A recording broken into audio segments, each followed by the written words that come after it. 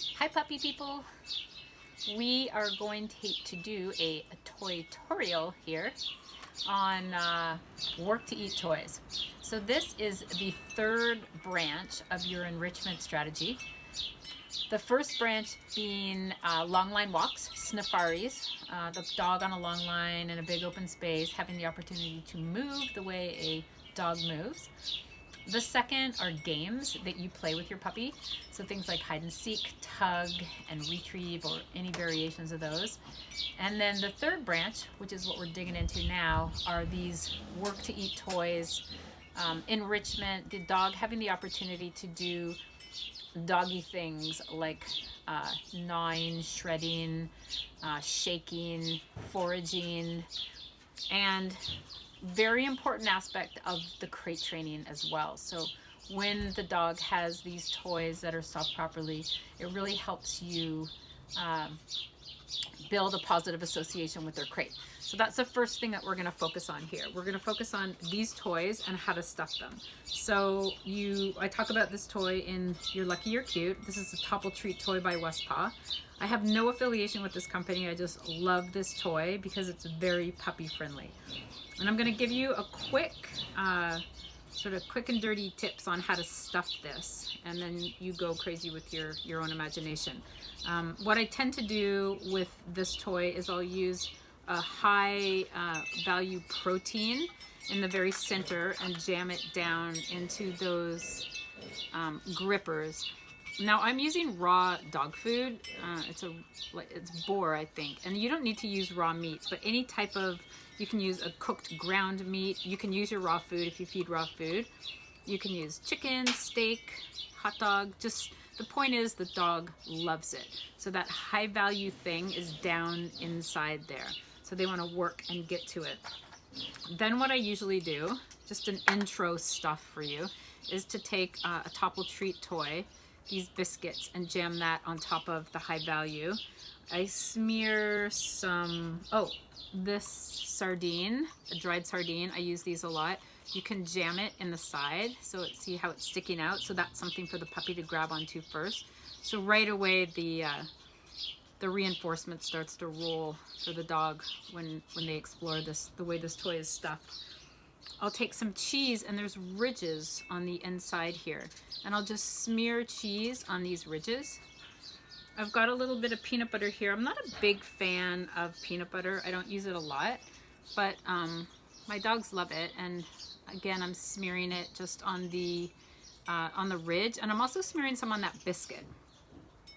And then the other thing, here's some kefir. We'll put a little of that on top. This is nice to use with blueberries or apples or strawberries. Well, not strawberries so much, but blueberries or apples or other kind of fruit that your dog loves, and freeze it. And then I've got some chicken heart here. I'm gonna just sprinkle that on top. But the point is, you see what we're doing here. There's a wide variety of food. There's different textures, different smells. It's all relatively high value food, and most dogs that I know, in their mind. And that's going to entice the dog to want to learn how to get to it, work at it. And you'd be surprised, you think you give a dog something like this and they're going to just go crazy and work at it. Not necessarily.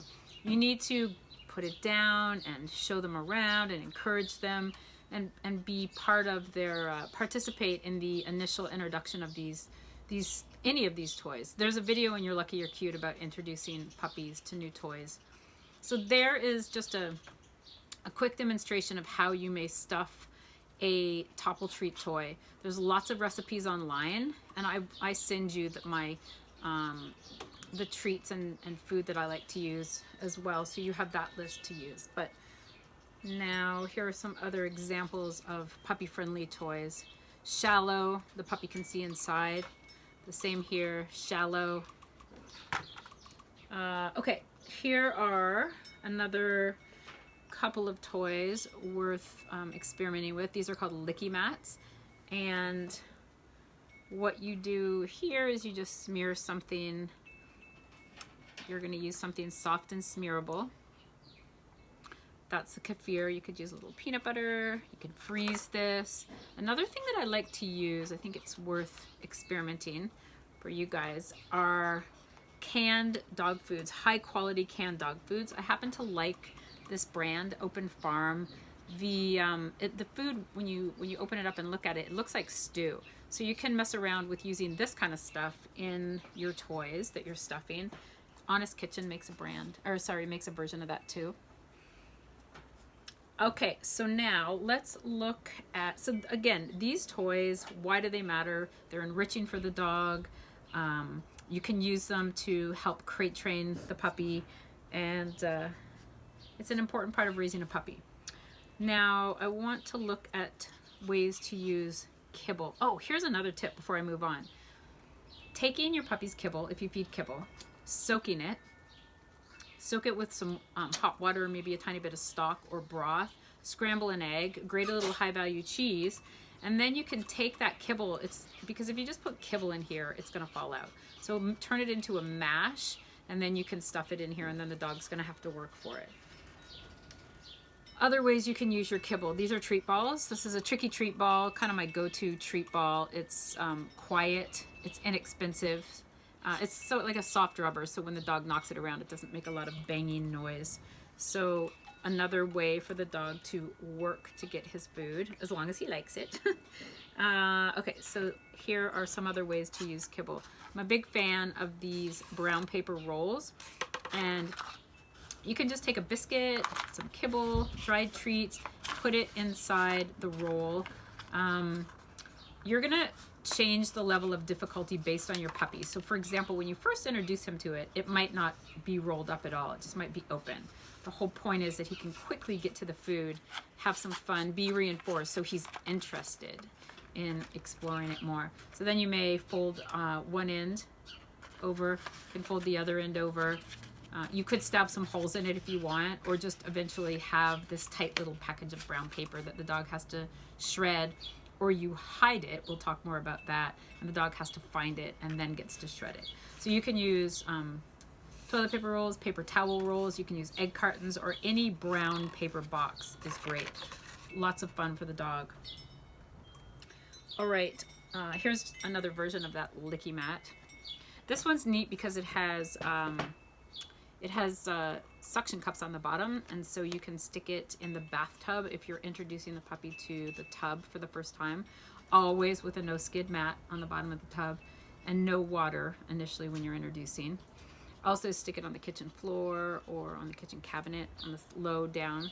Here's another version of something with suction cups, and again you can just smear food, jam food, and this sticks onto low cabinets, or I think it's nice to stick it like that in the bathtub or on cabinets in the kitchen. Alrighty, so we talked about the tricky treat balls. Here's another way to use kibble, another toy to use kibble in. This is called a snuffle mat. So this mat, as you see, it's got this thick, long pile. So think long grass. And if you have grass outside in your backyard, just throw food in the grass and let the puppy search and forage for it. But that foraging behavior is so enriching for the puppy. So we want to provide that. And that's what this snuffle mat does. You can use kibble, you can use like a dried heart or lung. A lot of the treats that I use are single proteins, so that tends to be higher value for the dog. All right, so these toys, these are great for so many reasons, but when it comes to food, I would recommend Googling these holy roller balls and seeing what people are doing with them. There's so many great examples online of things to do with these balls. Here, there's just a northern biscuit shoved in there, and the dog has to get it out, so that's really fun for the puppy.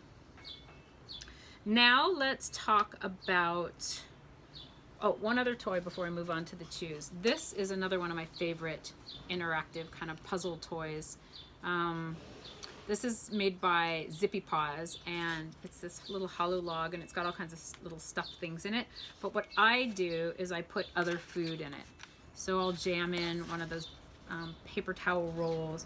I might put in a handful of dried treats, just drop them right down in there, and put the stuffed toys back inside, and then just jam another biscuit in there, So it's just lots of fun for the dog to sniff and pull out the stuff and find the treats in there. Okay, this is again like a plush puzzle toy. This one's made by Zippy Paws.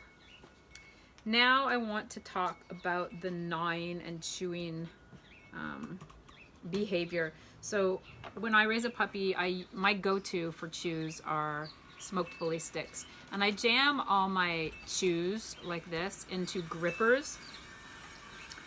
And it doesn't have to be like a gripper proper. These balls make great grippers. You can see, I wanted to show you this one because you can see the dog's chewed down the bully stick, but the end is still jammed in here so the dog can't swallow it. And I think that's an important thing for you to consider. I don't tend to leave these bully sticks in crates. I will use hooves and leave hooves in the crate. This has some cheese smeared in it just to make it more palatable initially when you're introducing to the puppy. And with bully sticks too, this is a little bit smaller. You don't have to go small just because you have a small puppy. You can use larger chews and larger bones.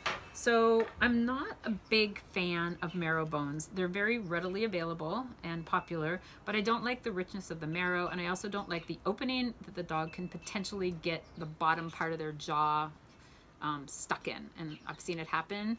So if you use these, tread carefully. I tend to go more for knuckles and kneecaps. This is really chewed down. And I will tell you, I love raw frozen bones. That's what this is. This is a neck bone, and it's got all kinds of nice meat on there. There's bone, so it's just really really enriching for the dog. They love it, and you don't have to worry about the marrow, and you don't have to worry about the dog getting his jaw stuck in any part of the bone. All right, so I think that I have covered it all. The point is that you want to take time and you want to experiment with this stuff, and you want to find out what your puppy loves, what works for the household. Again, if the dog doesn't love it, then you're not using the right thing. But it's a critical part of raising a puppy, getting proficient in stuffing and having lots of toys that your puppy loves. All right, so have some fun, and happy puppy raising.